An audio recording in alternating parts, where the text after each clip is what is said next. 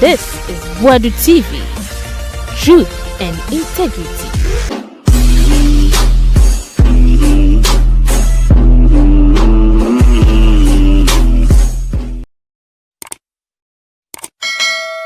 Akwaba, I have Boadu TV.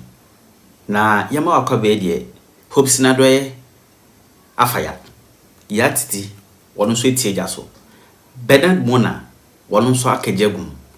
Abronye DC ho akode eduamu ya che no.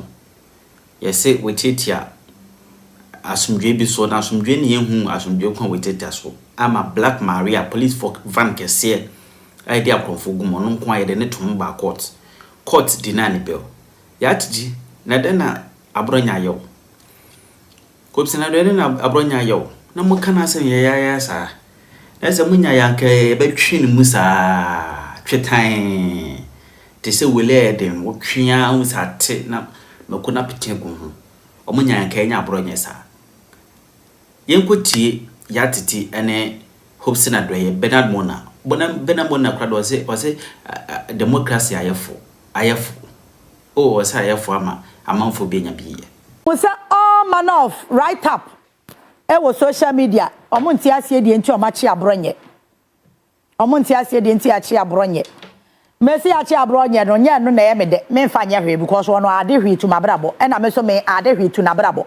Obo ne bra me so me bo me bra. Ba se ne niam oye no e ya de a e ka o man na ye nyina ye wo ho kwan se ye de ya no tum because ono so de na no to o man nsemu enti mu a enura na mo chocho nsemu hunu wo social media say IGP e emotional IGP what to say na IGP what to say wow ignorance of the law it's never an excuse so the last time na me ka wa ha tina me ka kire former chief justice ma me get to talk no say onu mpa mra ne hye ni botom no Oshada yanadwe se obu nani agusu atietia mra ne so. It's not an excuse. It's not an excuse. Now, there's one thing I me pese me kachire enkofo a wo mayo omadwen se 4 years ye adwuma wo mbeye ni. Wa obetimi make you case abra wundidi obi atemo. You can make your case without an insult. Ena nsama Abronye kaye no okasa ya kwaka say NDC for strategy meeting omode kwa akwatia kra no na IGP timu bi IGP akwaje bribe oye corrupt oye say keka ya wotie full tape na wabisa ho senti sa characters we mu ya na nsama omotina social media so ka no akukuduro ben na ye omunya de ka because ni pani nim sa asem o ka ne nya no kura pa na so obeka ehanya na metira ase na meka say azokade oye wo akwatia no entwa ye suppose for a question bi a wo so mu bisa na wo so mu bisa no because there are certain comments Bible kura aka say ya wade nyina wo kwanye ni nyina na fata yen enti ade onrobo afanyo ma ke kwaye ye no etia mra ehyabufuo etimi de ntokwaba ba enye wo ena wasa wosan ko gina nipa ne bone a waye so na wosan kasa mebeto ne ha ka ba election besi eti sa statement no person o chese ka ba bu na kuna na say wow it entails so many things. There are certain things you don't say it because of politics, and me I won't support you. Abronye betimi aka some way address ne pepepe IGP a wodidi na tem kika nyama only evidence to it no naturally saying yey wonim say Abronye kroya na kwotena radio so ekodi ntrogu president Mahama so say ye de sika gu bulon van mod abetwam e de Jubilee house amacha say sika no kwasiasem sa ya che de ko bia na so onko yi ne ho ano no e de asem no be kai obe president Mahama cho say ono no ni evidence bia na o ka ne keke e part of political talk na yo mo ye ni bi wonim dansa panyimu atise wo obetina radio so aka nsamfo atise ne e be chi wo wi a wo ba be ka che wo say woni evidence. This is the same Abronye and wakwa tina baby and what say ka say IGP equal NDC strategic meetings so amede kwa akwatia It's in one way or the other, no. A person inside Ghana for against IGP say IGP any the interest of Ghana for your security rather our interest of NDC for security. Or say what you bribe one of the bribe name IGP or the man no jina ho. It's a question sir. Mesramo watching no enya na no dia ni bi no. Na mama be say political witch hunting enya political witch hunting. Panyimu ntina radio so nkan kwase asem sa na wo wi a wa sa be say a political witch hunting. Eto da bia ya na mama politics enya akono. Shababi Abronye DC Adorye yaso ya region bi chairman. Na way ebeye day na party no kwan ho ya akono. The whole regional chairman tina ni social media handle so a asem ka any facts. No one did direct insult aboa kwasia Jimmy. Hey. Nipa na o didi na tam no kwan no oni ne so fakra wa na busuam. Wo IGP or your classmates. COP tatayonu. Wo abi wo busuam aka ampe. President Mahama o ne so fakra ne more say pa nipa bi o te se President Mahama half kra wo busuam aka be bose ka de ne be ahwa ho. Wo na wo ye titiri wo busuam no wo yobe ani. Wo de ani o. Na sa wona waje din na oya politician na wo ye nipa titru obusuam no sa wa bra body de anya me po abusua ahwe me tie me yo hia ne biba enti benya me ho akaka bensem but madwuma wasa me ye de me ye ba me fa ma no nkoto asem a me ni evidence na ka me tie me ba ye na ma bo bi di wa kwa jisika wa ye we wa evidence no way me what document there I will speak to the documents. And that's the reason why I enjoy doing Auditor General reports, the stories more because me say Auditor General the report about Bontia a fact on minor juma no ye.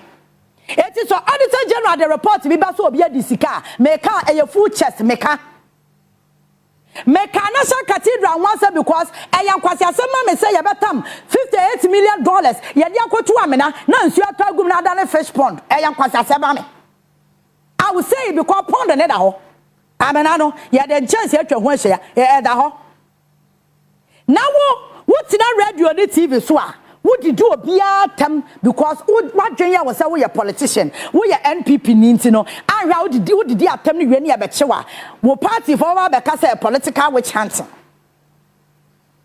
enti wo tina wo social media no so a wo social media din na ade to so no kra nya de ohia na so wa cha say enya former party ya ndwe ya ho o sikane bia ni wa be hu sa ni be jimi sei wo bi da. The last time no be catch me, hey, yeah, this is the first time I mean who Baba Ibrahim neba ewa abonte me say yes. Sikanema, omu ni nyansa papa, omu Jimmy ti said ye Jimmy no. Enya from man kwasi asem nkuwa, ohia neba onya asem adoba gine kura your problem no. Oni na hey yanko chobo, hey no dim. Kwasi asem sa, ye chini wia, na afa osu, ena me kwadi MPP achi, ena me kwadi NDC achi ni ya chime. Na wo measure dia wo ye no. Uhwe wachi ntabodan na si ho wachi eya takwa medan wachi ni eya compound house a obi atimbi wachi no anya estate and anya villa and anya mansion enti wo wachi na hu se wo de no eya takwa medan a you cut your coat according to your cloth you don't go around fooling. Then ya chiwo we are say a political witch hunting. Me kwa jade political party bi kwadi o ma chike kan nyamanti ene ya cheme. Wa wuti asem Abronye kan yen. Na wo say MPP for church social media na na monko beli no. Social media choro na fe de ye hu se de mbotimi aya no no. Ba me pese be bisa MPP for question say. Ti we na mo be yes 4 years. The Abronye ye. Ene de monkrofo ne TikTok eye no. We ya na mo be for 4 years ana. Ede wonim meka no kra kire mo ewo mo se meka no kra ne kire mo na mo ye ne yi a ebeboa mo ankasa to the disadvantage of NDC but I think you are not making the politics of Ghana no healthy. You are not helping matters. You are rather making it worse because mo kire nkra esabone Because a whole regional chairman to meet in social media so the DIGP attempt, the president attempt said your pet or your regional chairman of a certain political party. Party penny be any more about Bontibe condemn the Abronye yeno. Baumiano support no on condemn ye. A chasa Dr. Baumia or support the Abronye ye. A chasa Dr. Baumia, the fancy comedy or support it. Etu amu kwa yaba wiene ya chi omo ne ya jama no ahage omo no abo amachi say go and do more. Go and do more. Go and do the insults. Go and say things that you don't have even evidence to it. Bawumia, what's up president yedi? Wo dia masema ka cho say wo wabon. Wo aba na kwado mesina wabon. Wo dia na theory o. Read Chu and Paul. So what you are already which you know upon when it comes to the practical aspect of economics, wouldn't wabon. I know a catch us wabon me new atem. Wabon.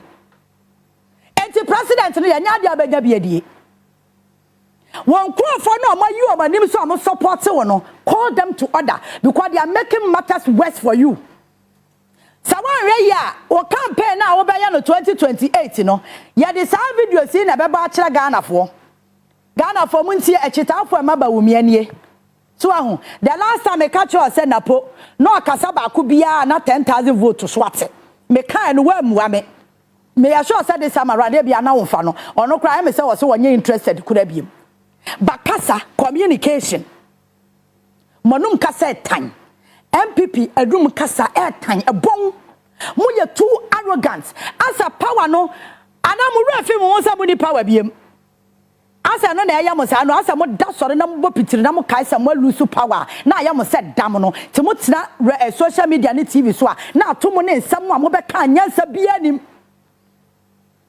na Abronye asam o ka ye ya de ne court sisi ane ya ka cha ne say offer evidence ya e kire say DC for your meeting na Agyapong obenya aba onyamba ye bisa Abronye sisi ase offer evidence e kire say obi ma IGP bribe onyamba o ba what social media so waka sam na to ekọ you see Ghana ha yes say wudi a ekọ fast ya wudi here eno ni paketua bi de betie sa wo ka sam na sam no kra ya sam papa and trend Ghana for your developing interest and appetite for negativity.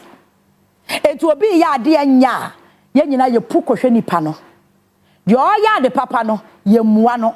Ye nya ye suba na ama ye encourage nkrofo keka nkwase asem on social media.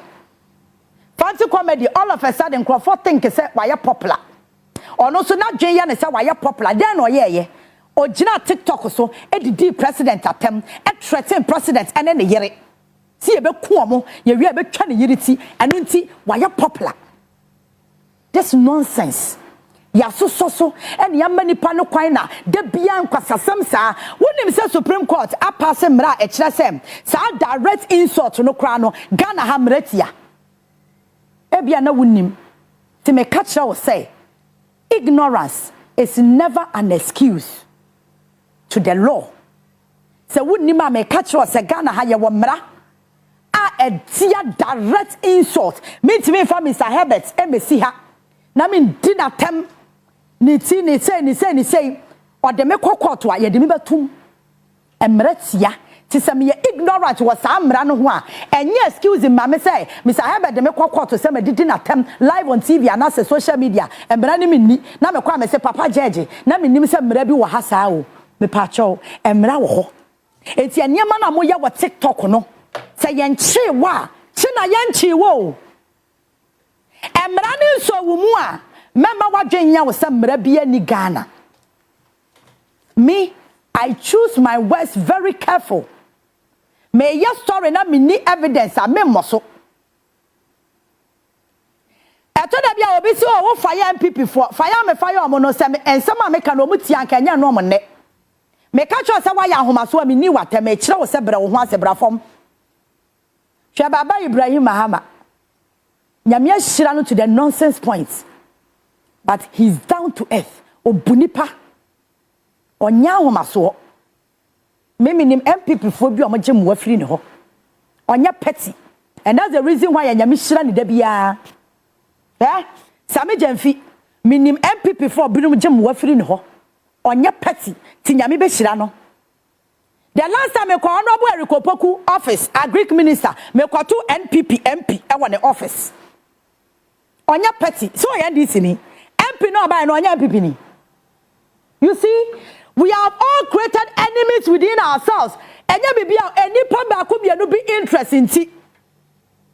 Abronye deda o ye nyina opese NPP fo nyina puko support no no. Enya bibia onu ni interest obenya oba umia side. Enti no ye sa. Enya obia interest, onu ni interest. Said Dr. Baumia so say oh you too weak when it comes to say what discipline will be calling somebody to order. Oh, yes, Baumia, you don't qualify to be a leader. We a leader. Now it's mean quality followers to order. What mean Chilawa said you are more nya. I bet you will never succeed.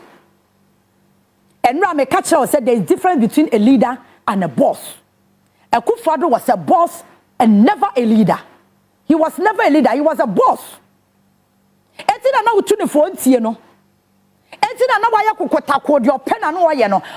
Ye kan say Lumba ne boy nwum wo su kra na me ye ne mo ana one wan ne boy. Lumba ne wan ne boy. E champo ono nkwa ne boy.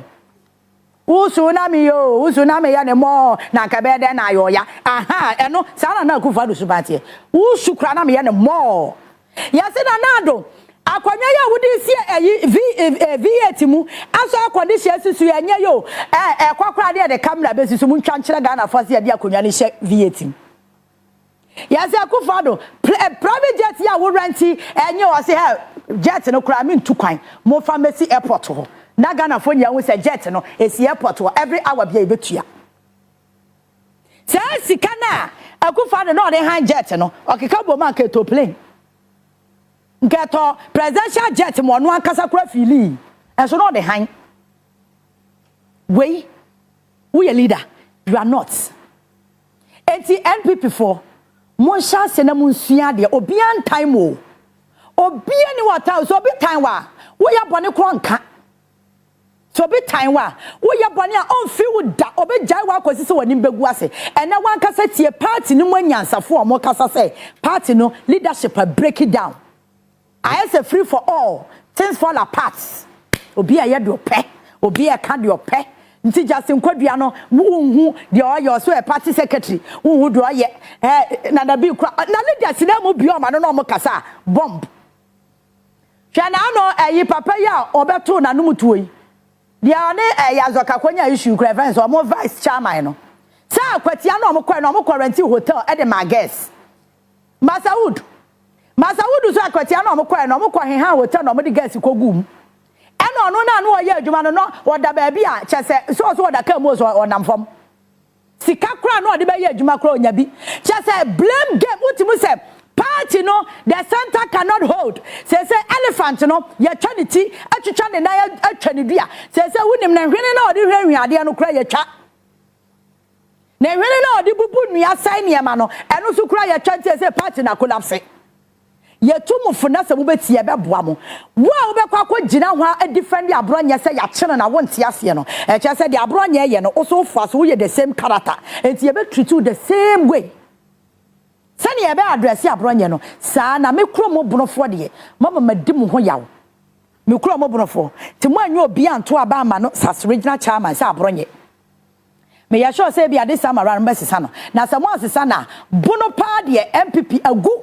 me ka kire mo because nipa no di party na ni wo region ho no onye nipa ye di ni di ade anim no kura wo ho a nipa mpe onye leader on qualify at the city Ashanti region for one to one to me a party na begu say kura gu na dia mo akọ ni ya mo di party na gina hibim na one to me atimi qualify by ya Ashanti regional chairman enye sika enti say mo leadership roles no the highest bidder.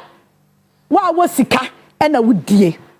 Na Kenya sa bright champion so person a flag bearer. Yay. Bright champion also person a flag bearer. Canada Japan person a flag bearer.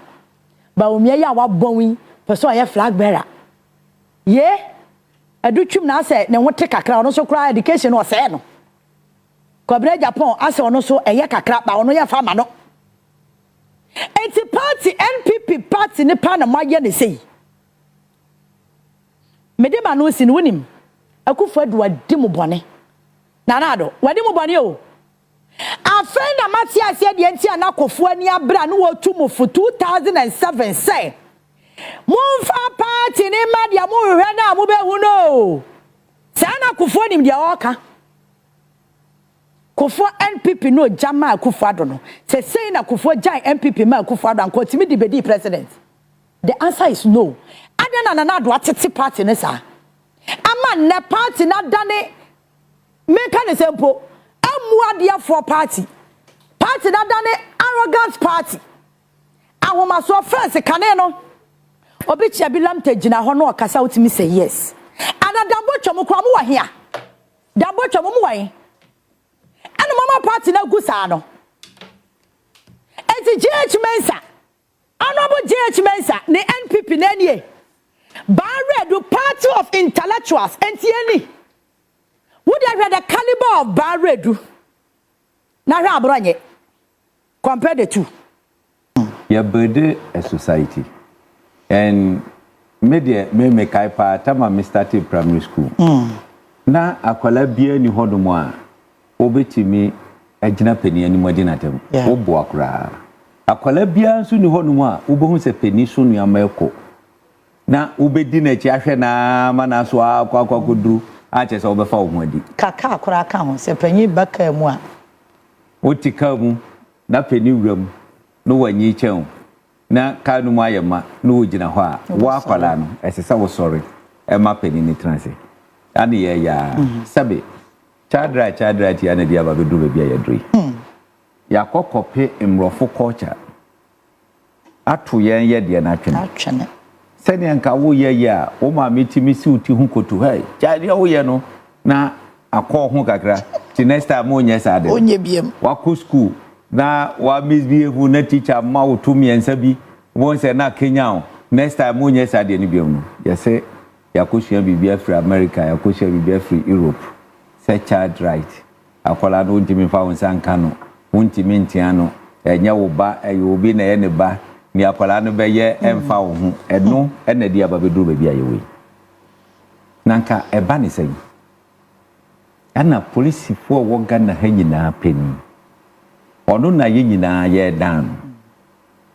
na utimi kokko kase wo ye kwasi apeni na ode IGP etoto wo papa wo ho a wo betima gina papa ni mu aka che papa so ye kwasi apeni da bida wo papa ne yonko na ye IGP so nyamba ni bi ho no mu a ya nwaya ni mu anka ne ye namfosem a emoyen Abronye madamfo what started the program with my friend one time Adam Mr. Wo program na wo ye no me wo kwan se me kire ma adwene me pese me hu se me ni kwan a be gai se me wo kwan a ana wo kan na me ka se look party ni nyina le wo hwe de me ye nyina la so ne hwe ne ye me enti nya botre wo pese wo ye fine wo betima ye bat every bi wo hodo mu a wo kwa me Abronye should come out and say something and it's uncommon. And a German can or damase. So on the general.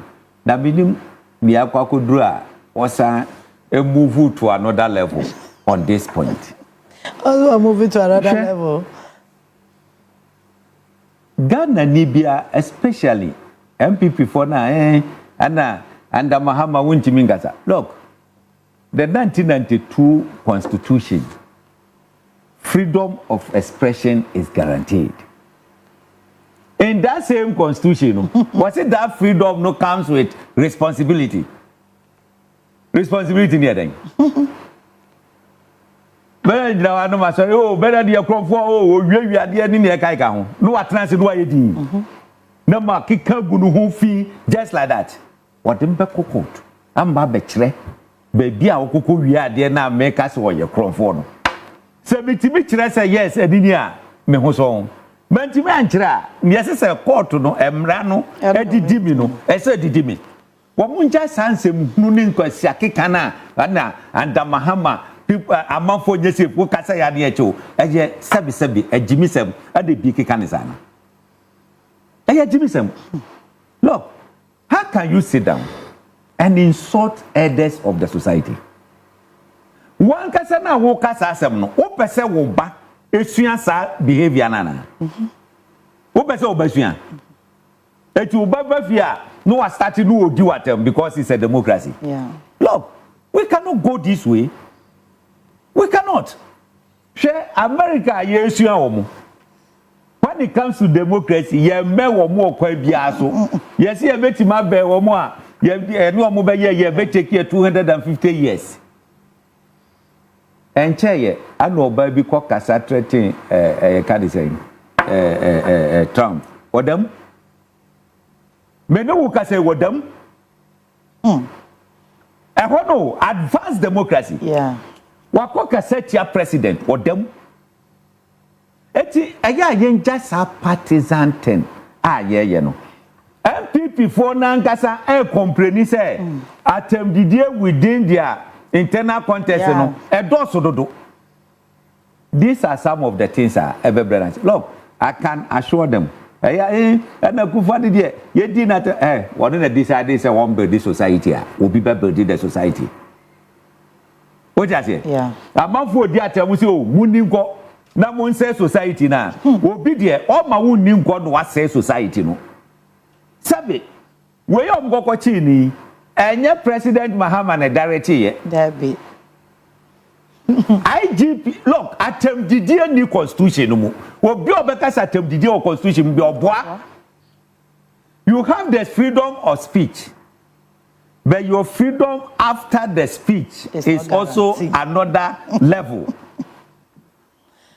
Yet you have me say hey meti maka say me awo na me ka bi na me pie free studio ha ni aka no eye be ni nyankopon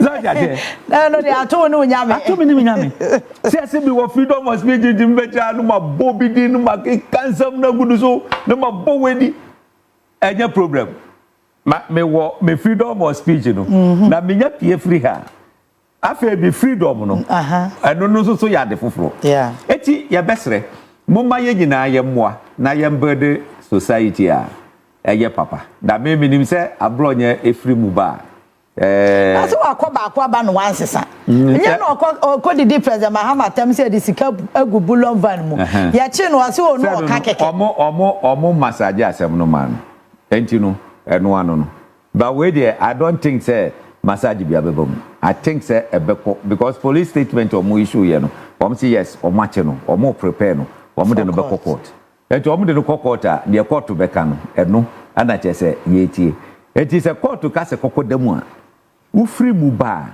I think say won call the same way biem me I know per the information a manya no ebe kakra no sa kasafini ade no ebe kofom look what na say na ka say Mahama mambu onye fe Mahama wo huso wo nye say ya obia ni wuni asem it's allowed obia ni wuni asem na ukoka asem a ensese wo ka dia emra no ene wo wasem emra no wo wasem yeah na I think say the Ghana Police Service are starting no so mo konisa ebeboa enye nsem no nyina na mo betena se ama obi aba be complain yeah enye nsem no nyina betia se me ye wild allegation menye ni se fidie ye ayi police ni ba ko eni Ghana ha se ya wo hwe program eti se bibi ko ayi a ese se utimi signal ekọ baabi ase so obutwetwem na ase se omo efreme na omo ye mu twetwemu ana omo aye hwe so omo start yes ade na ebema yankasa ye be responsible look there's difference between a firebrand communicator and someone who insults yes I think that difference no na ye nimu no so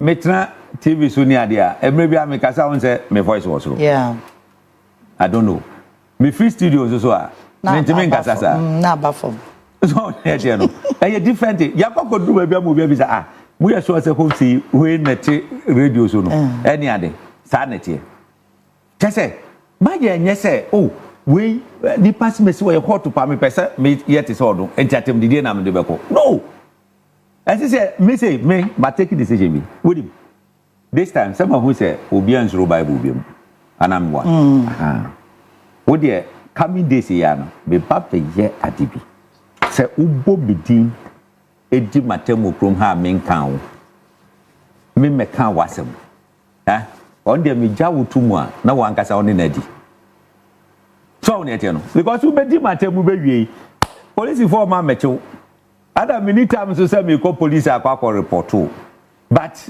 you go kwai bi o so dey ade fa so a wotu ba bi di obi ama mechew enso so wankasa video mu no wo be hu ne be call video mu what I say we need to sanitize it kese obi timi tenase na wa che ne yonko ato na what they atro abu ni padani mu ase obi adi mu say ade ya ni pe yi ya atro emfa kwan mu enso obi antimi mie na no nka ni ete ho society aye building no why should we go that so eti omunya botre omo kase wo kasa pe ni ache no look mo mayentu ye ho fo se enya tem didie look those days na ye start year 2008 dey ba na emu ye hye yes oh we mu dey fire brand for no na enya tem didie sa se kwatra yi so na wo ye kwasi apeni wo ye no na enya sa o enya sa na ne yakodo no na punch holes yeah punch holes forcefully this a co extreme na bia me fan say me ni Bernard Titi na bia wakasa tia me leader na me so ma so ne leader mu na makasa tia na ye ti radio do so eye banter ye wie me konko jina ba bi na ma so ne leader mu without any provocation na me din atem ni na kai ka ho no we don't do that do that etino way I think say it's a lesson for all. Omo a ene, omo si social media no mo de bedidi. Once social media no, o din comfortable na man for be busu no mo. Na omo hwe. Me omo yes ade ni na omo nya sika from YouTube, TikTok ni ade no. Mo de basa mo yare o. Ba sheda no ma mo rope. Omo de besa omo ho yare. Mo a police for be che mo so no, mo ti anye ye a, mo kwa ko din sawam. No ne oye mfaso be na abaso sabe young guy bia wasiso mini Abronye I am sure se wo ma enti wo ye program ya na wo ma ehwa bia no mo be sua free wo so ne tie no dia pa na wo ma e be sua free wo Abronye sua law fortunately for him ne yere nso so lawyer would him say in same view of what can a do better manemu. Insult is never part of freedom of expression. It's never. Okay. Anything I say extreme provocation and no crime ye charge offensive conduct. Yeah. And a crime. And to way I know my sorry now, me do what I may more, but do what I want to report to me. Ya betche me. Because wo nya mehwe ana me provoke eti se de me di watam ya no se wo tam akuma bi na o de bomitimu a ye beka so akunipa na so ye me ana me be invite you say bra be yes ade no eti I think say it should be a lesson omo keka na you know they should omo ma ye break kra na yeah nhwe I go Bernard originally Abronye free Upper West. So Lobini. Free Upper West, specifically Wichell area and the Wild West. Oh, okay. And I'm about to baby, I'm not tonight, and they are wono. So he has northern blood. Now Obia, oye proper northerner. In terms of the Yankaho. Obit me actually wajing. But sentem didie krampo eba enkora na obetimi akase nia oka edifa IGP hono Obetimi aka. So when say IGP is not my best friend. For that. The police. Yeah, for that one I know. The police, in fact, generally can never be my friend, even including my brothers who are in the police service. I always tell them. But that yeah demonstration, and I yeah bibino.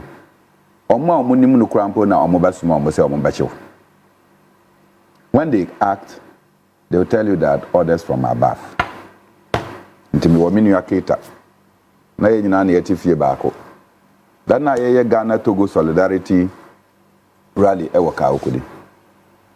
Akanda pa esma omo say kwesi for e Well, kwesi for. I'm to retired. Oh, you only police ni biom. Yeah, okay. Into obeti me civilian. I civilian. Okay. And you want to mention uniform ni biom. Davy, retire. That is just to tell you.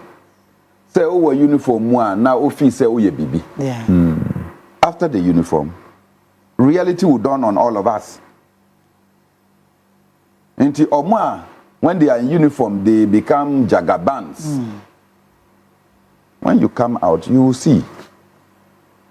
Sometimes nipa krampa onene betimi atenasi akasano. Yeah. Because you have caused so much frustration for people in society. I am no ankasa. But if he said this IGP, yeah, demonstration, you call the 29th June, 28th, 29th June demonstrations. Amobro was circle. I'm sure you remember. Amobro. This year. That be last year. 2024. Anya burka kitwa no Amobro yewo. They beat us simply because almost say yamfa kwan bi and they say yamfa akwan no. You see, we are going to pass through Yefi Hopeson. Adorye. Anya Adorye. That area. Kwame Nkrumah amusement. Okay. You be fi na anante aba ministry your friend say aba Fanima police station. Na you be drew the Sankara interchange. Then we present a petition to the president. Na the achia na ya call Ministry of Finance. Almost say no, we have to go and pass Fariko Junction. And I say that be yamfa. That is our crime. You see yamfa, so we decided not to move. You know the beatings they beat us. Omo bruyen. Oho and I see educate actually say you can dive in a car. Because baba bruyen na ofusu ampofu epese on free kianumu. And somehow in an attempt to jump, because they were throwing and surging at na many I see dunketia any ofusu ampofu near wakamu. So Posu wanted to get out of the car because they were inching closer. On him say age actually and one say round pack no so na no so. So his leg hooked onto the Kia. He fell. Oh. I say do my name say na Kwame Nkrumah time no ha. He learned revolutionary tactics. In tear gas no. He just laid flat in the pickup in the Kia. I ran. The police chased us all the way into Articulator Station, Neoplan Station, throwing tear gas into people who were not part of the protest. That time, na current IGP was one of the people who led the protest. I had issues with him. I never insulted him. I took issues with their style of command. Later, fix Ghana, fix the country for a mobile demonstration, democracy have 37.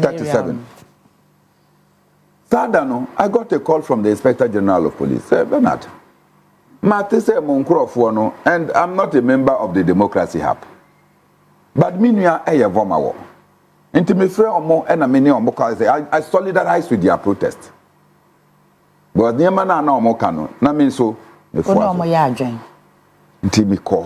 IGP Frey say, you can do your protest without obstructing the other people.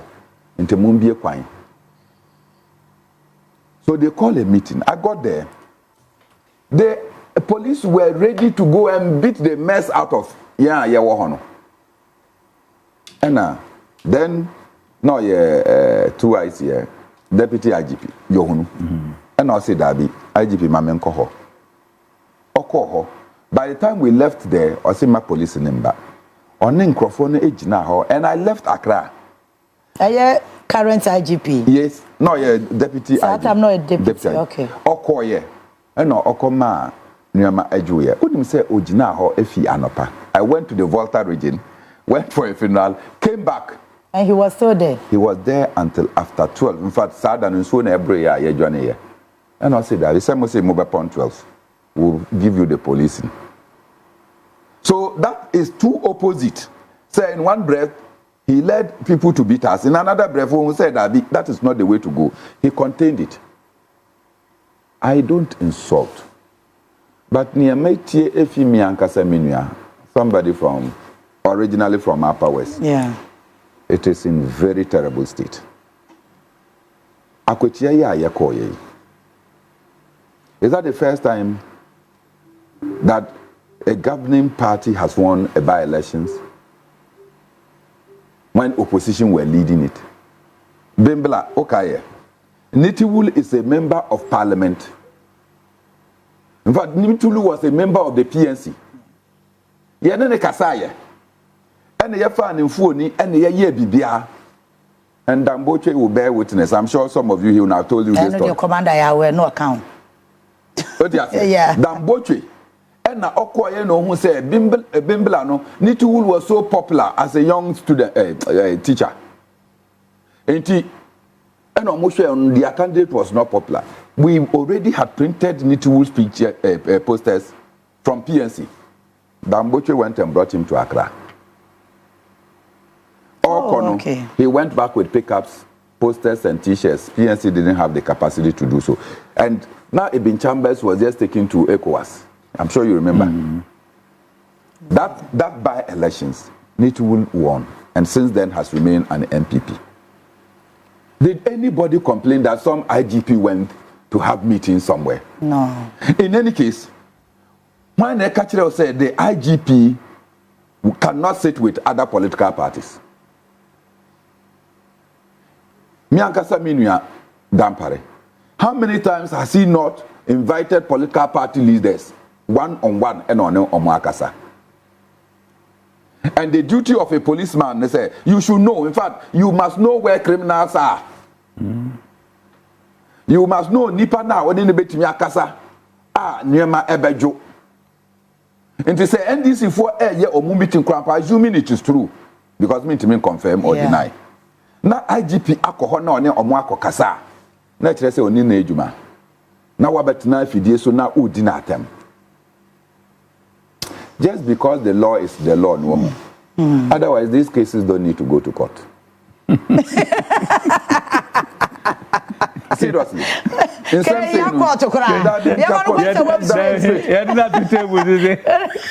but the law is the law. Processes because we need to sanitize a bit. Yeah, sure.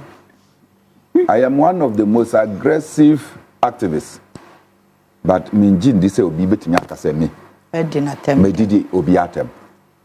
I don't do it. But nobody can be as tough. Be a President Akufo-Addo and Kofi Ekwesi-Pratt. Ni Minjin tumuno. You can put a knife here. Put a gun here. Minjin tumu. But insults and belittling people and their offices mean to me and yet. I think that Abronye. But democracy na for too much. Anna. I have for. All right. Minuaba Janet Nabila also what party. PNC na mu no oti ni hu free mu no. Bernard Mona banam bisa na otumi so wo man kasa kra no. Wo mo issues wo mo solving wie ye. To hear PNC ya ye wo hoi na obi so se ma free ma kwati party a. You should know a party no the standard e wo chede mo na ma. Because election no kra no wan qualify kra nko bi. PNC wo goro na mu kra no ya disqualify no na PMP. Enra mo fa document ne to so Janet Nabila atro krata akwa yoko sa ontene ho ase de antia abaya ya budget allocation 78 million edi akwa government communication Ministry of NTNA we honorable fellows of Osukwache the ministry na say the sector no or say on TCNT watcho kata edi akwa ma menua be ma remonacha say ohwe mu say 78 million Ghana cedis na yaya no allocation edi akwa ma to da bia Ghana nsem wote wodwena sem papa no na obi so de ne de na mu office in charge of government communication on TCNT me pa chaw wuni bibi Janet Nabila pay attention wa wu say obi a shut regarding wo krom ha enti opaso oye bibi obenya attention me so de wo ya attention seeker na me hwe na asab na wo pese wonya ho attention no wo de betu mfuturo agu Ghana fo ani a sa attention ne de me de be ma wo se be ya sa mfuturo na pese otugu Ghana fo ani no ye be ye afiri ho ne ya nyina ye ni so ada ho enti o kind document na obeti ase the person kire nyina ne say on ti ase say sika 78 million ye dey akwa government communication say ya fa nkwa ye adwuma nti yo konkwa hwehwem enti yo kokwa hwehwem na wakwa ka kire ato force say sika no onsan kwaje ana yo kokwa hwehwem no wabeka dan ya kire Janet Nabila many aba yes women empowerment but a man na mo pesa mo de mo hura politics mo no ya mo fa issues e be ma monya support of the masses mo fa issues e be ma monya support of the media mo fa issues e be ma monya support from all angle but we ye wadwen say wo be play opposition adwuma ma na wo be bre pa wo be ye adwuma na wo be bre yes wo ni panyi be ko na rediem what ye what's the one TCA the entire 78 million Aqua Office of the Government Communication. One bibi wa one TCA. Menya sure say honorable fellows of Osukwache o friend na onfa. Obefa. E kamene wa kama friend na bisa ne say bra honorable na wo kwade na wo ton wo office ho. No nti yatam say sika na ka de ma na ka ya to ya boni ya kire mu a kire say adwuma say ni say na sika no to da bia ho politics no ya mo ya ma ne ye tan papa so obi e wo position na o ka ne yonko wasema na waka ne tantan ti sa na beba ba ma me mfa nko school kakra what you say sa wo so pekire mu we manacha adwuma o ye do so pa we onya ho ya ba boa no ye be yi say adwuma na free no office ho ne ya ma simple no wate ho ase why remanacha na ni brabre no ehwehwemu investigations akese akwalu na demo a onya 10 million cedis bail no eso osoro na okwetena TV so a na no yabe didi obi atem kan eboso asem we no de ni tia beto ballot papers so se ento ababa no eno odem no odi NPP fo achi edidi obi atem kan sem a eni kwanse panyinika e wo TV ni radio so no won say contract ya na wagyeche wo NPP abamu kra na wagye contract na adwuma na onye wontumi su nipa wo be kwa kwagye contract no wow me ni problem say wo kwagye contract ba wo gi a ye de sika ne ma wa na wa ya adwuma no obia ne woni asem o menya sure say akwalu nkwa na akwagye contract adwuma no wanye ana wontumi nkwa na kwagye road construction na adwuma no wanye ye won krofo bebre a wo mo gi adwuma a wo ma ye o mu sika kwa aka ban mu a ye ntua ye enso adwuma no wo ma ye awie etu wo ye hwan a wo bakwa kwagye aban adwuma na woni nsa wonya akwagye ye den wo kwagye ye den no wagye sika na enkrofo bre wo ma wo so de sika no koye adwuma ma mo no o fa nkoye na wo pocket sika no na wa mema wa batu so na aye skani na atire TV so a wasa aka nkwase asema kire Ghana fo ena akwalu wadam no ehwa ye wa cases akase Ghana for eye interest Janet Nabila we enye yoko interest eye interest nti ye be ye se adwuma na ma wo so pese wo hu a me do be ko school anopen se wo so wo misa na wo pese obeti ya na yoko na pese okotete wo mo a me ka che Raymond say adwuma o ye no o ma nani nkwa no ho we de ye be ya aba no we ye kete kora enso what you say hwe His Excellency John Dramani Mahama baye no wakeka ministries ni bebra abobom ebi krampo ho a wa ye free ho wa tese wa scrappy eni ho biem bisa wo say ye pobia or protective public person ya wo kan say public person no ye che sika no do so dodo enti ye nkyire mu na sika no se ye nkote so se ye nkwa ni de yo minim ministries hunu na akufa do tete ye na Wa fefa nkrofo ho adwuma no wa mi sa ho sa sika no no munya free he. Eno de another was nothing wrong with it me boa. Te ya kwati sanitation ministry, te ya kwati ya kan say chieftaincy nkwa ministry. President Mahama kikani amani bia bom se be ya sika bebrebe na ye hwe agu no eso bete. Won pese wo be appreciate ye no, ba wo pese okobubo tokro wo ba bia tokro bia na. Now the brim Ghana for any so. I said, "You are me menya da jaban because me we say ya ma free at the drum best so. No what to two foot ake kanya ma enim e da tutu nkrofo tirim. Ye go Ministry of Information no. Se woni ma Ghana News Agency e da so ho engu ye. Information Service Department e da so ho engu ye. Janet Nabila me ya sure say we ya aware e ya propaganda de ye. Information Service Department in engu ye e da so ho. Right to information bill say you na art na ye pass ye unim say omo office ana no so unim ene unim dia maka kire commission na kwapo no omo wo enkrofo a so omo ba betu kwan a wo mo be kwa kwaji sika e wo honorable philosopher su kwache ne office e ho no mo jo mo sika free unim say GBC ye subvented agency e de ba ban. It's part of our budget, no. It was a buying and a dema womo. Apart from internal income, I be on generate. No more casadia yo muniemano. Part of our musica woman de bayajumano. A ya buying responsibility say or dema GBC. And no maka MPP from Kwamoton GBC no anamate. MPP for 2025 yanka GBC wama ton da. It wama kasa yo imagine say GBC no. Ama suppress no ma guno. Na masa kofi fa panyefo bi kogu ho no ma na wo mo niema no wo mo ye no nya ade aboa ma adwuma ne koso e na GBC aniema mu adwo kakra ko na ko bisa so mo problems ne sai na mo nka bi nkyira wo e ya banya sadia sem part of sika wo mo de be ye adwuma no e wo sa ban e de ma wo mo se woni ma Janet Nabila makachro eti GBC part of mo sika wo mo de ye adwuma be Jeffrey honorable philosopher su kwache ne office. And sana communication and kasa buying government machinery, government communication no, and also what sika nyina information service for nyina wo mujo musika wo ho. Ghana News Agency omujo musika wo ho. Tia bia na wonim etimi anka nkyerɛw yoko na wakɔ no onya time maw mekwa meka kyerɛ mo sɛ ma ne ha ne ho saa paper we wo ba bi ɔde ato no ma ne na hɔ a adwuma no ya ma Janet awie ya kyerɛ di mu. Sikano se wuni baby e bi kwa ya kyerɛw. Well, we have so many important issues ya dwen ho wa Ghana ha enye wei communities no na kwabisa they are crying because Ato is forcing Ato say sika bia ya de be ministry bia no e was so mo make sure say e kwaye de wa say ye kwana kwabisa ministries nyiro mo no bia su o sika wa so mo de ye adwuma no Ato se sika ni ho ampa so sika ni ho.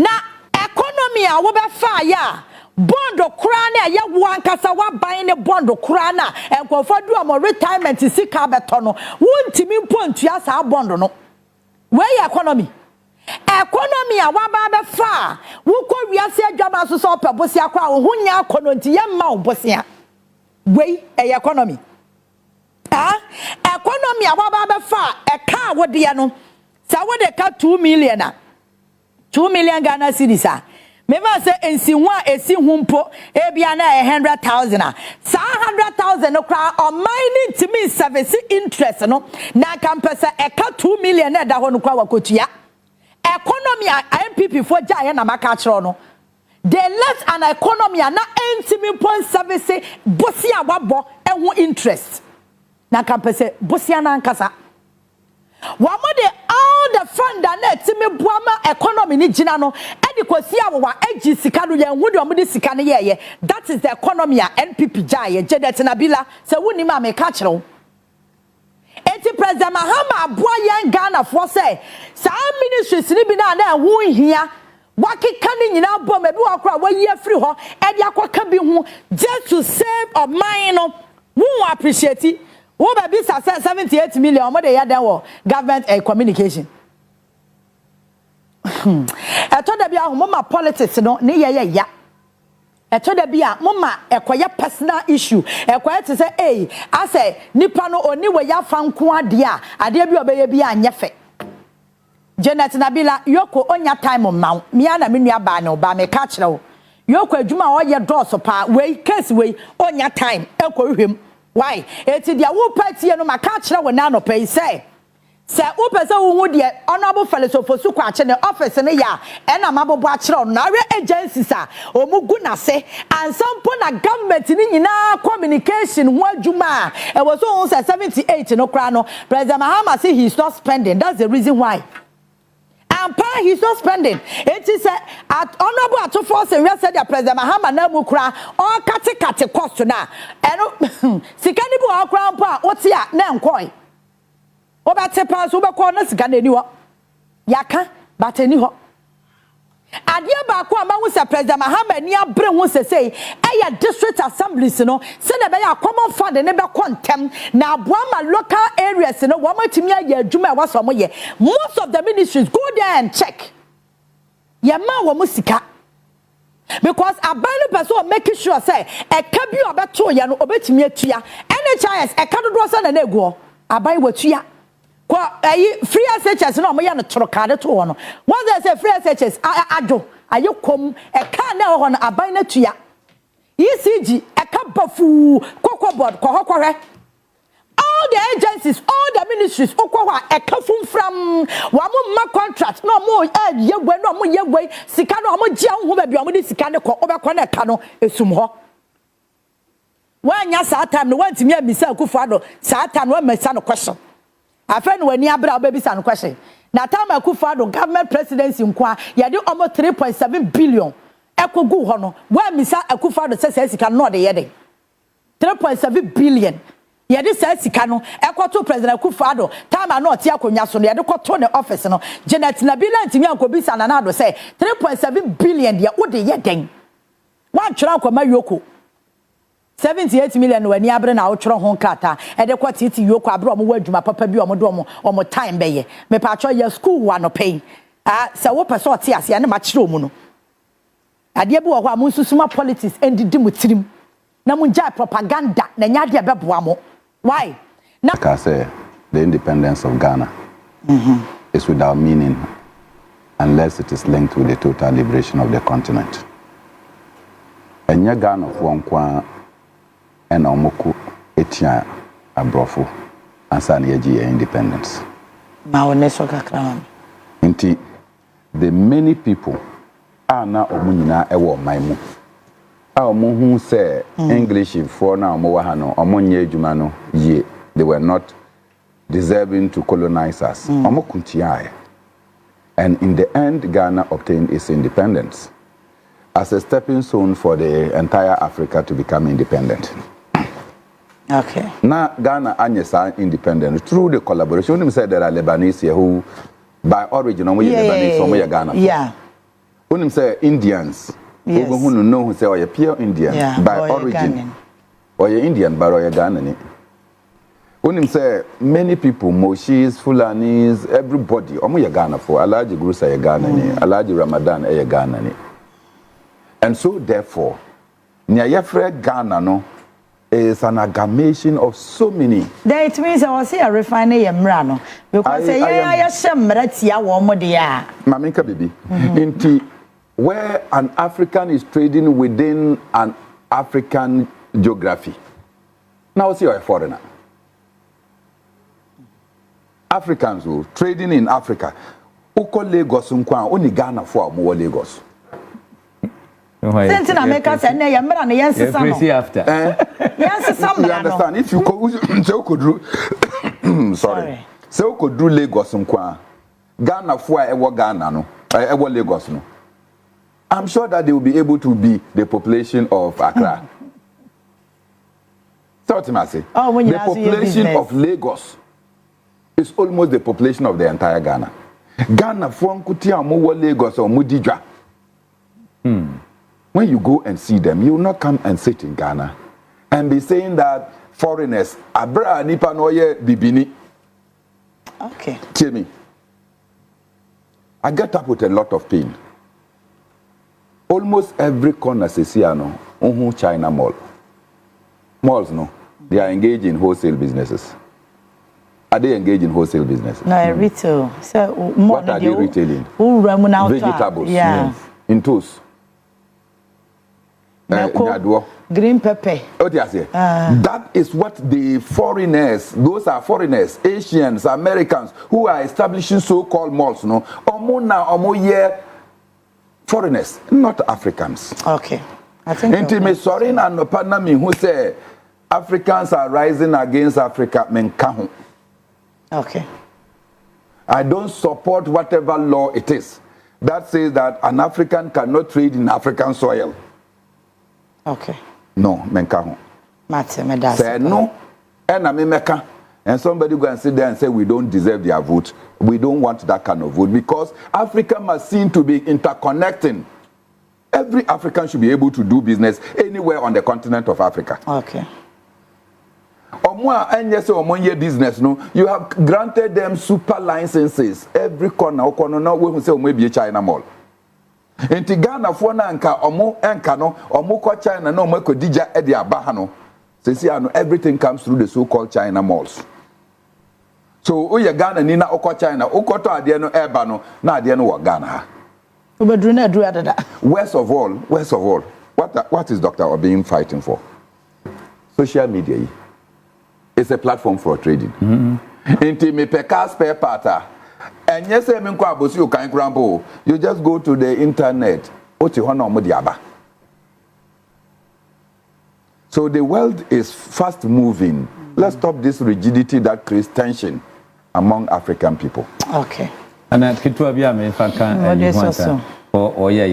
you see, trading, say, Sababa competition. Send your work. Obia will fee say, or ye Nigeria ni out in a tongue. Dollar bar for most one to years or not in a year. A month for a corner of our 70 years, or my dear Gumafa. And this is Banisa, so on the channel. Eti, like sending an working. Mia Madame for Fadi Dabuzi. Ya wonu kumasio, abekum. And ya wonu. Never many papel upon for ya wonu hasi. Eti, or ya Ghanaian by birth. Niji na echino or no any fear no or share that sound troye a application for citizenship. E do who so ton adia overcast a foreigner so on yet no eti say ye can say yes now ya continental free trade area headquarters abaga na ye ni age ye person obi a timi move in ne kai ka ho why the hate. Okay, so on yet no enti ye besre media for na or more preachers are hate, you know, they should tone down. I'm sure you remember Agege. Yes. Anything that will trigger here, the ripple effect on Ghanaians in Nigeria. Just people don't know the number of Ghanaians or more Nigerians. They don't know. Now just go and read that book, 99 Days in Agege, and you'll understand. All right. Okay, and see, now for issues, me, no say, former Chief Justice, get to Tokuno. I think say near Brese the retirement package and sanka because of outcome now a free committee no reports no buy and lawyer Amalibampo make his statement say she was fighting for that said president Emmanuel retire and the current salary in the package will be and on no assign time asem no copy mu court to near de say asem no no or say along the line ekosi say afi the committee no and the recommendation ba say e was say yes no na we say court to be say on tiase say ye yinadi yensan reinstate na juma oye no nti no one issue a eda ho and I think Abronye arrested for offensive conduct video na no pane ye bo ha and or say IGP sebe manosusum na so no pay oye kwasiampani na on NDC for eco strategic meeting or kojije bribe and anything na the course wa kwatia no azokakra wanti mi anche no say or threatening Honorable Afenyo Maken. So, Commander, my Chief Justice, Yana say we are near Abronye Dianoso. Okay, yo, me that's it. Niedi kind. Chief Justice, ya can be na the end results in Abano. say onye chief justice bi in fact ba me sure so ti de so fire kufu so no okeka ka me chepa me address ana say no on Jimmy Konkotena Port Class a judge any assembly ya yina free so as judge ya say ya return and kasa o kofi kona o kofi nso no o call with 0 and na eya say waje adwuma na wa hu say no this is the danger nyama no ba anka obe park o hu look one na call this for herself because time dey start here no look at yi nkofo a omo hyase enunu ya afenyo marking Vincent Asefo ne ne kai ka ho no ye dey court ye say meanwhile wonim say sad na wo ye no emmoa constitution no ye clear constitution no ye clear on that na wo encourage no more yes ade na dia de ne besi hwe obi bia na wa ye say woni mabe no yi wo sympathy MPP for ngwa ada wo ye the press conference kura no MPP for na nego ase a che say no more man moral support ni ne kai ka ho na wo ye we a e de asem na wo hwehwe e de ama ho so wo ne tie no wo hwa take 146 1 na to 11 emu bia ni ho no mo a wo beka say process e course yi ato emra ana say ye ma mini free ho no amfamra kwan so omo akasa fa ho nyina wo bia ni ho no mo appoint one law says our law way has been breached any ade they are speaking out of you got to say emotions in the guy kan but no dey emfa kwan mu now in this same constitution was say asem no say ye form ye set up committee no mudia ese say ye kukuom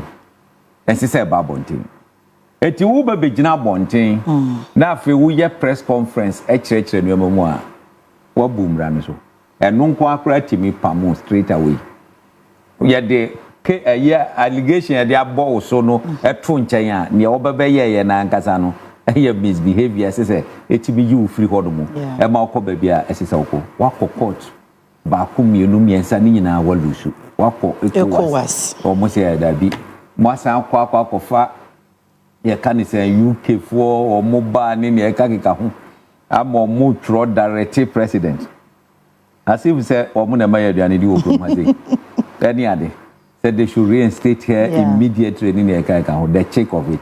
That's how you need now. You say Gabi won na deshichazie. Commonwealth yi ayoko bocho we ni ya no appointed ya kan say Gabi e call. Commonwealth yi ya kan say legal counsel bibi sha. E di kokoshe ho no. E ti ye tro e di abre president say restore the woman. Enya aduma. Nyankopɔ adom. Adu baby adu. Obi say oh president Ukraine yi no nanke say o twen so kakra. Na amunu mu na preku na ye wini shishisho ya ntwe so ye wini shishishi okay so on yet no because I don't know what refer ma yi na was say near committee ne de beba no as a president act on it eti the committee ne say I didn't ehwehwe mu na no was say the president shall in each case act in accordance with the recommendations of the committee. That is 1469. Yeah. That is a recommendation. They say, Babeno and this what's an officer. Onko twinkenso. Na ohine bimra na jo entutuntuma. No me kanche ne say, oh president we dey pacho. Me you know. So why you na president afomomra. Yeah. Ye ti be you free office. Any ade. It is somebody abadia immediately no ayi. Na Sophia Kufu nsema no okeka no. Na hadwene kakra. Number one, this is the Chief Justice or no a constitutional mandated chairperson. Yeah, Charlotte say. Well, you're independent you just intimate fire and sangano. And a man for true petitions President forward the Maono. I don't know podium, Nanti send the president in your Department Council of State. One casa on your own as a South determine say. Asebuna aba no wo ngina so any ade e ma wa wutimi determine e ma wa wo form a committee any ade from what I have read Charlotte say petition no kra twem no watimi dia aba be yi no ho ano kra no o say no Odu committee anymore, Obehu, ye a woman. Emma was a magana for one crowd through your legal counsel. Say, Obibia, Obe make comment on the committee's worker, Eja Yibiano, your virtual contempt. And Tinagana for you, Obi and Timin Casawam. Unlike this one, Ubia to be including Onuan Casa. Any other day. Look, you are a member of Council of State. Must swear the oath of allegiance. And must swear the oath of secrecy. And Council of State is a no. Adiwe as a CFM. What free Council of State as a could be a dance here at the Tia Council of State. This woman must resign. Yeah, you know so too much. She must resign. And you know what the guitar legal brain. Oh, bet me the aboa bino. What do you say? Yeah. What tumra? Because the oath of allegiance and the oath of secrecy now was swear as a Council of State member. No, Wabuso. Because one team could dear dance here, ain't here, wow, institutional. Oh, yeah, you're wrong. Number two, this someone what can ye na. Baku create the whole case. Who has Samra we ya President Abuso. Etibabe na say restored. Now what can say stated with baby as will be a year. You bet mama na tua back in the kaika home. Really? Jaja, that would be Jimmy freedom of 17 you go to a fiasco 10 years, 20 years, 30 years, a beer for life. Maybe I'll go Ojan. Ojan. Obo ako to banche, yabona ko dem 5 years. Banche o. Akom. Se kom se ye den, yesi wakwa ko wia, eti ye de na kwa kotum. Na obi afakoti kwan so afeska we so ono de ye manuntua. Ma embra enini. What kind of mentality is that? Ni ye say ya, ye be de akoye dim. Sa wo ko de solidarity. En happy o. Obi anso o classmate o groma o. Obi our classmate. Etunu na call West Lagos into the Etidian. Just say, wow, occupy city living to one for one mama tumwa. Etidian. Nipa na ya de no one kasa ebra. Wo di Charlotte say no. Charlotte say onyoba. Oyoba. What did they oni woman right and kebeka say procurement breaches. Say ye kwa kotofun. Na ke say procurement. Na omoye anam say omudi can put you in a yans omokokoye ratification any ade most wa breaching law enye say wa wiesi ka she do botomu wa breaching law wa pamono ya na de Ghana ha obi so sin obi ana let you know there ye mfa na say me the president as say what mahwe amasade o ya to honum next time Obia Obabe Chief Justice Biano, obey careful. Okay. So I want to know. Because I got an accountant in a year. Look, approve enough for Chief Justice. No. On one can say, more prepared the voucher, a beba, I'm an assume, I'm an approver. As for much as I said, Canadian man. Obia the Honoma, or no, they say, or no, do to me, what to be approval without the Chief Justice. I don't know, Cressa. Eti wangasa wakwa approve per diem dia ma wangasa wukunu wo ba dedi de kai ka ho na ho abasama nanka esema mi yedi nanka wo working behind the scenes ebia enka wo muti ase ma no mpo e ma no resign Yeah. No wa resign I retire on the benefits. Yeah. Want man yes ade no that now say ECOWAS enje $10 million man. Ubeje di angasa. All right, thank you, Bernard.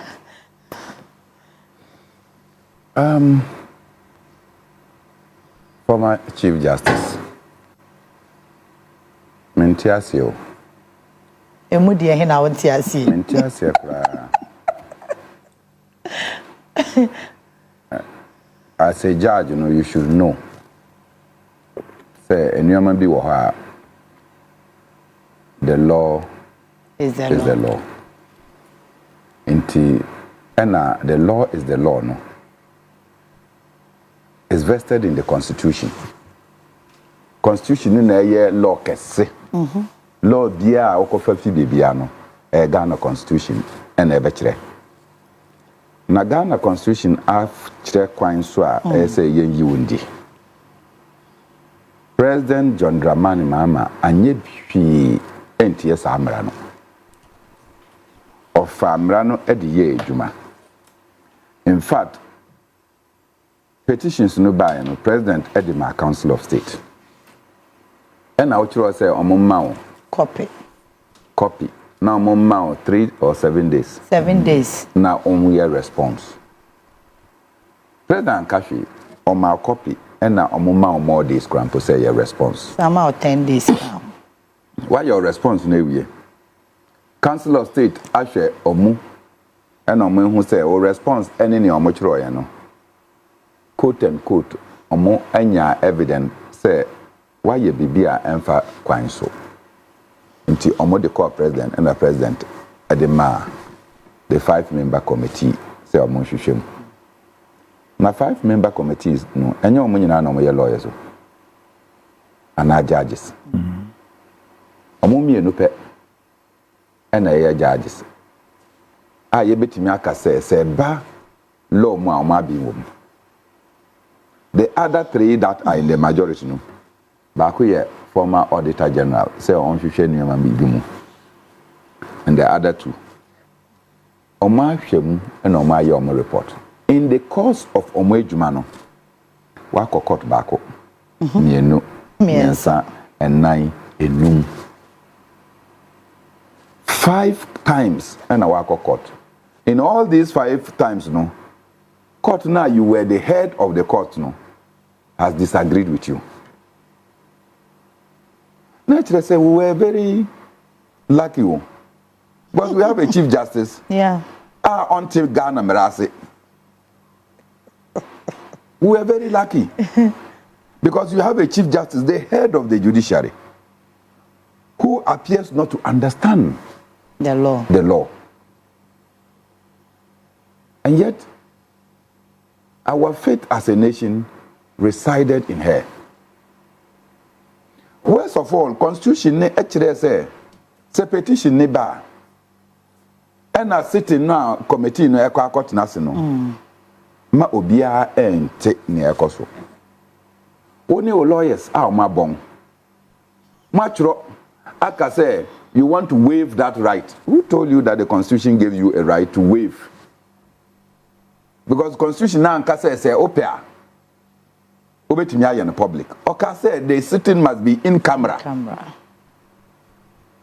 Enti o lawyer no bia o de na we ni abrenti you were not thinking right. I can forgive you. But o lawyer no so a oye former attorney general no. Say wa bon.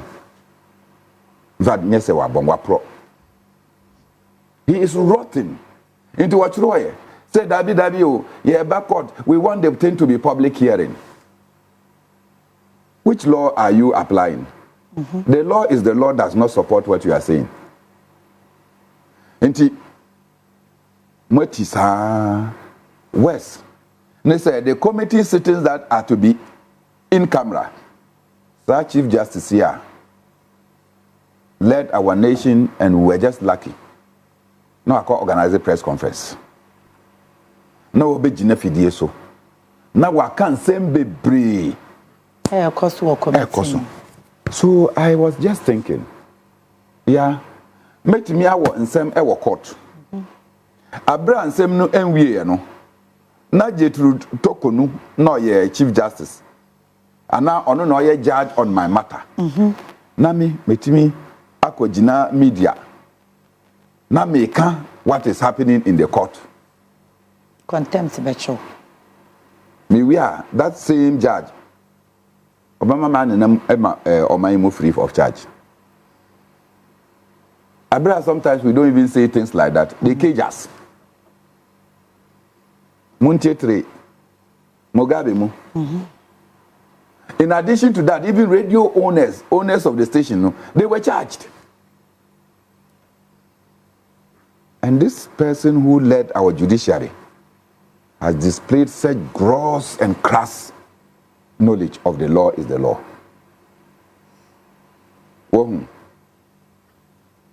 I am in full support.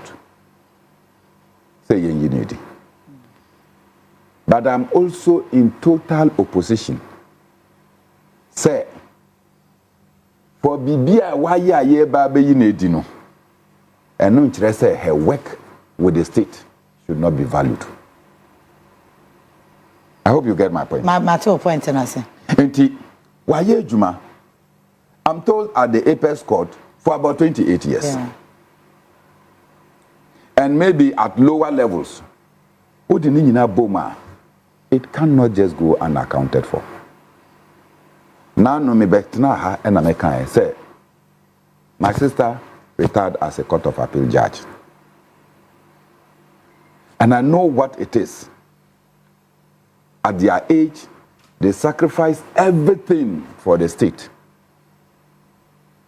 And sometimes, over to me, I can say, Bernard, as a judge, you did some people, oh yeah, wage man, you were dispensing justice. But in the end, some people felt incensed. So see, I want to call retirement, the driver, Omaji. The security, Omaji. But with the work she did as a judge, and Omo year judgment na etia omo, they have not forgiven. They jail people by their pronouncements. Yeah. They are hardened criminals. Into our fear, they see our only security bia. They see no so wadane abrewa na akokura. Nema embeno because obi to say me amen better now change. Oh, where the abra also bobra. Commander, what you papa ho? You have moved. David. Every child has moved looking for their own opportunities. Yeah. In the end, if they are still together. And if they don't have the money and they dispense their services to this nation without being corrupt, that is why they will survive, and now they need more medications. So you think there was a retirement package? The retirement package. Government should consider. They should consider. And no yeah. But it is a human face that you must attach. Okay. I'm saying this because I have one in my home. And I know what it takes at this time of their age. And sometimes somebody that has dedicated her all to the nation. Now or no kasana osu. Because it's like, yeah. What you say? So I think that Jetutekuno was a disaster for our judiciary. Now, say petitions crample ekoya. She ought not to be the Chief Justice of this great country. And the petitions I signed by and a committee na ejuma. As for removal, perfect. But say near say Enyanediano. President John Dramani Mahama. You have the power of pardon. Okay. And to use that clemency and to ensure that the benefits that she deserves, she gets it. Okay. That's all I can say. All right. I'll say Prempeh the second. I'll say Bernard. Oh, you bad boy, pa. Your haircut too is nice. I'll say tell Commander Hopeson Adorye we miss him so much. Okay, Afia Kranchiwa is doing the watching. Richard Ayida was say Mentiasio. Media Mentiasio cry. The law is still the law. Okay, Commander. We are sure say what follow Fitienra arrest Ghana Police Service for Abronye. I think they did a search a day before Enra and finally Omutimi Echedo.